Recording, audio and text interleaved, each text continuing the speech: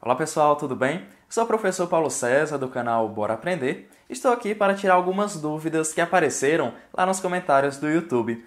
Antes de começar com as perguntas, eu gostaria de pedir que você se inscrevesse no canal, que curtisse e que ao final, se gostar, compartilhar.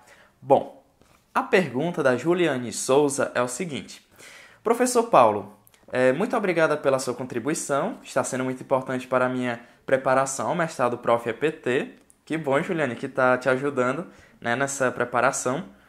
Mas fiquei com duas dúvidas sobre o texto de Grabowski e Coenzer. O que é savoir-faire e o que é realmente a dualidade negada? Fiquei um pouco confusa na leitura.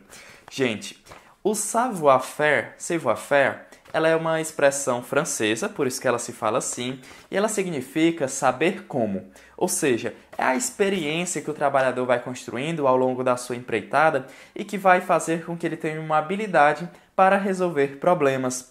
Lá no texto da Coenzer e Grabowski tem o seguinte, que é um argumento com dados de pesquisa sobre acidentes industriais e concluiu-se que é no e pelo trabalho cotidiano e graças às atividades e ao savoir-faire dos trabalhadores em todos os níveis que a maioria dos acidentes latentes não se tornam acidentes ativos. Ou seja, o trabalho morto, que é a maquinaria, ela não é capaz de se autogerir. Se tiver um problema na maquinaria e não tiver um funcionário que tenha uma experiência, que saiba resolver o problema, esse problema não vai se resolver só. Então, esse savoir-faire é exatamente essa experiência desse sujeito que vai resolver os problemas lá quando eles aparecerem. Por isso, o regime de acumulação flexível, ele valoriza esse trabalho vivo, porque esse trabalho vivo, ele tem um conhecimento tácito, uma experiência que, apesar de não ser sistematizada e apesar de não ser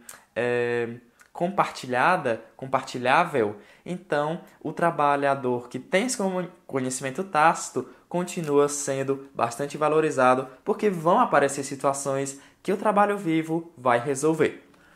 Bom, a outra pergunta da Juliane foi a seguinte, e a dualidade negada, né? Ela ficou um pouco confusa.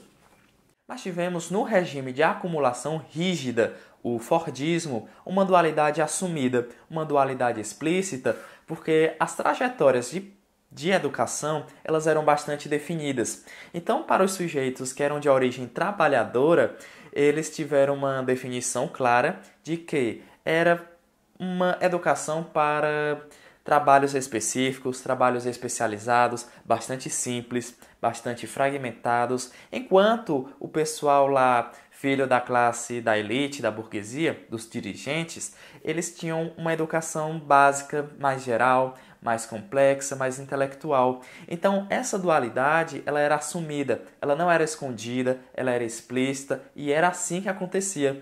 A classe trabalhadora era designada a atividades mais simples, mais precarizadas e especializadas, enquanto o pessoal que estava lá mais no poder, eles tinham condições de artes, de linguística, de linguagens, questão da filosofia, uma educação mais intelectual. Bom, mas quando o regime rígido ele foi superado pelo regime de acumulação flexível, a educação básica passou a ser disponibilizada para todos os sujeitos de origem trabalhadora. Então o discurso é que se superou essa dualidade. Então, com essa dualidade superada, supunha-se que a classe trabalhadora tinha acesso a uma educação de qualidade igual à da classe burguesa.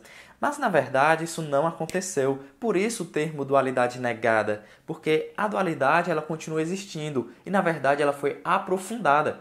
Porque enquanto essa educação geral foi disponibilizada para a classe trabalhadora, ela foi precarizada. Os cursos técnicos e profissionalizantes, eles tinham um caráter muito certificatórios. Enquanto a classe burguesa, ela passou a ter uma educação especializada. E essa educação especializada tinha ciência, tecnologia, estudos da sociocultura, sociohistórica também. Ou seja, essa dualidade ela permaneceu, apesar do discurso de que foi superada. Então nós vamos ter também uma dualidade invertida. Enquanto na acumulação rígida, a educação geral era disponibilizada apenas para a classe burguesa, os filhos de origem trabalhadora tinham uma educação específica, lá no regime da acumulação flexível, isso se inverteu.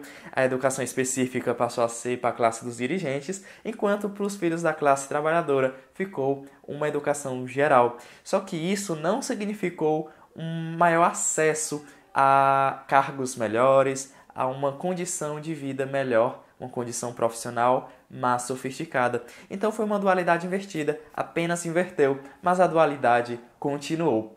Se você gostou dessas respostas, não esqueça de escrever nos comentários, faça também suas perguntas, não esqueça de se inscrever e dê o seu like. Esse é o canal Bora Aprender!